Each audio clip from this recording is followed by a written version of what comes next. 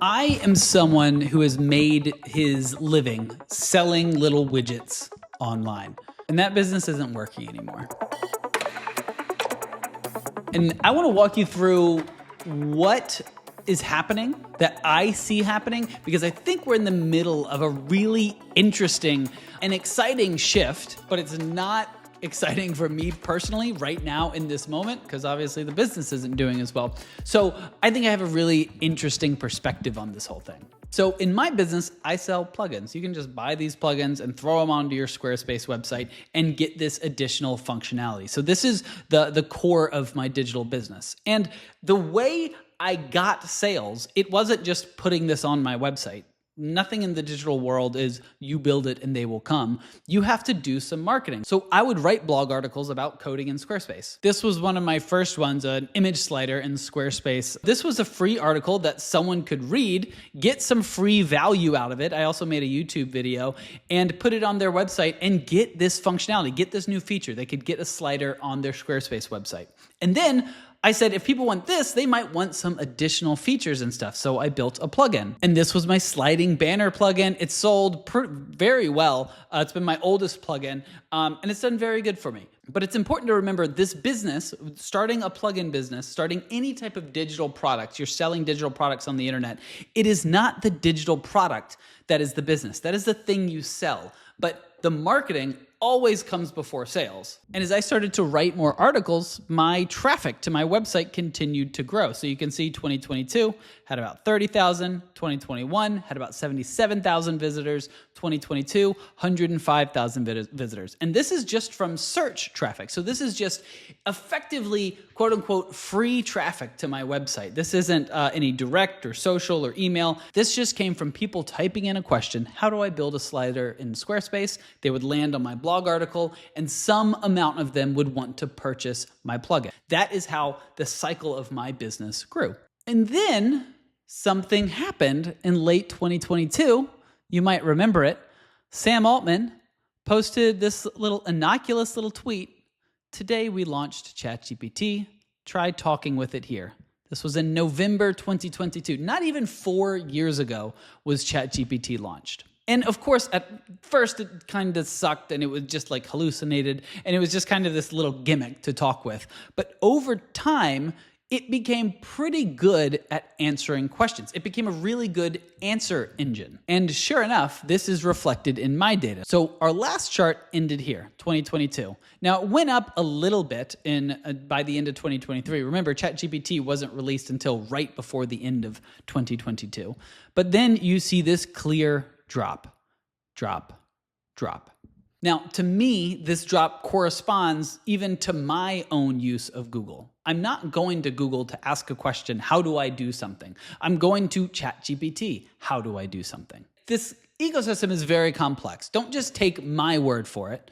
But there are other people who have been seeing similar trends. So this is another SaaS developer, indie hacker, if you will, saying a similar thing. He was seeing a similar downtrend in his SEO traffic, and thus less signups and conversions. What I find most interesting, though, is that Tim Ferriss has also said the same thing. So Tim Ferriss, he is a prolific blogger. He wrote a book, The 4-Hour Workweek. He also has a book, The 4-Hour Body.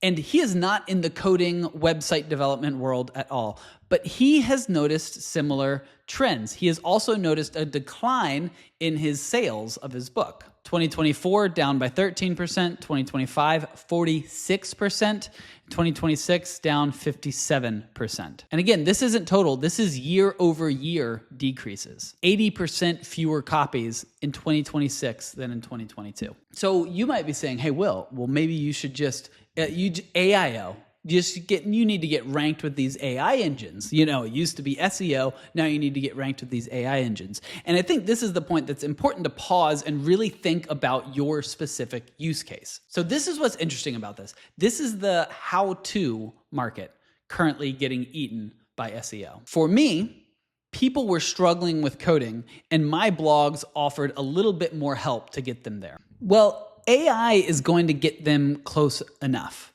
If you're using AI, the last thing you want to do if you have a how-to, is be referenced somewhere else to click out and link to. You don't want to go read another blog post. You want to interact with that AI model and get the answer right there. Now, this isn't for everything. If you're selling a physical product, you really want to get recommended by these AI engines because you need the product. You need to buy it. But if you're asking how to do something, how do I code this? How do I build that in Squarespace? You're going to want to stay within the parameters of ChatGPT. So to be clear, there's a couple things going on. One is like, is AI better at coding than me? Sure, that's one thing. The other is like my marketing is changing and this SEO channel that I had is going away.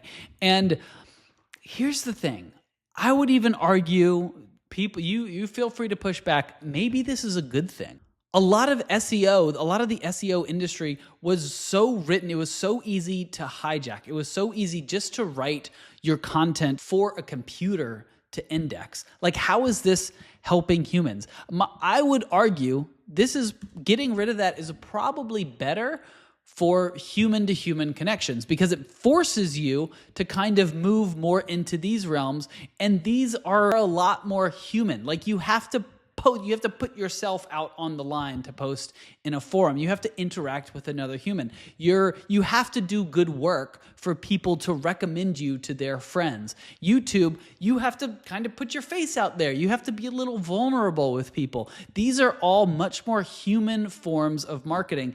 And SEO, again, I'm not trying to knock it as an industry, but it can be so easily hijacked into just very robotic slop. Humans were the first slop machines. We just did it for SEO. We blame ChatGPT for all this slop. Where do you think it learned its slop? It learned its slop from our SEO marketing. So I would kind of argue that this transition is a good one for us to go through. We just have to know where to shift our focus in the other top of funnel marketing areas. So what's the purpose of any of this?